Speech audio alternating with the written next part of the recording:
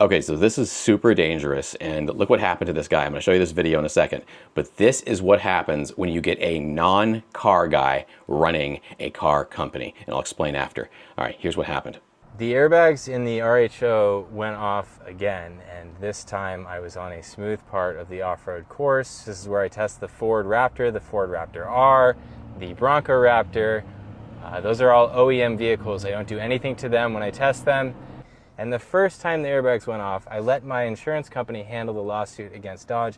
Now I'm going to actually get an attorney because this is completely unacceptable. But where this gets really interesting is I went to the Ram dealership to drop off the truck so that they could scan it and report it to the NHTSA. They came back to me and said that there was no crash data on the ORC.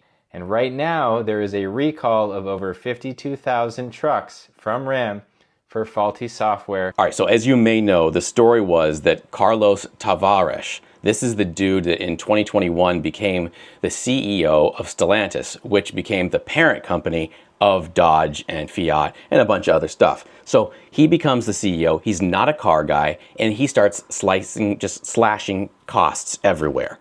And as a result, you have, in my opinion, you have airbags blasting off like this when there was no car accident.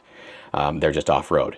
And then you also have other issues like many owners, look it up, you'll see that many owners who purchase the $100,000 plus Grand Wagoneer, which is a gorgeous SUV, and I was super excited when it was first announced back, I think, in 2020. But when they released that, people, after Stellantis took over, people started noticing that the dashboard was making squeaks and rattles, and you can push on things and go, an $100,000 plus SUV. That's crazy. That thing should be rock solid. It should sound like a G-Wagon in there, and it was garbage. However, there is positive light in the future. For just 4 months, we've had a new guy at the helm. Carlos Tavares got fired because nobody wants to buy crappy cars. Antonio Filosa, he took over, and I'm really optimistic that this guy is going to turn things around because he's getting the idea that people do know the difference. And this is kind of fight me on this, I think this might be a European thing.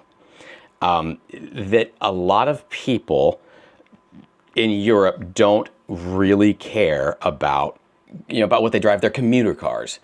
Now, I'm not talking about the people who drive like exotics, or suddenly there's a huge gap. But when I was in Ireland, I noticed loads of people just driving a random little Skoda or a Kia, and these little micro machines. And to them, it is just transportation. It isn't this American thing where we associate it with status. We fixate on every detail. That's kind of reserved for the people who are buying an M5 or buying something actually exotic like a Ferrari or a high-end Mercedes, or like I mentioned, a G-Wagon. Those guys will care about the details and they'll be super focused on it. But I think that Carlos Tavares went over to slash prices with Chrysler and thinking, oh, well, it doesn't matter. These are just people's commuters. But if you're buying a Dodge Dart, you're still going to be annoyed when those sort of things happen. And even your life may be threatened when it goes into the range of, oh, well, the airbags are exploding on us. So I think that is a European commuter attitude toward the automaking, but and we kind of missed out on the Europeans who, the other Italians who are making Lamborghinis and Ferraris. Well, they kind of thought, well, we'll put all the quality into that, but this is just a big company. We need to make sure we can slash prices, slash costs as much as possible, and I don't really give a damn about quality because of that entry-level European attitude. But Americans, we get picky over everything. And I think that's something that, like, you get a Honda, the Japanese understand.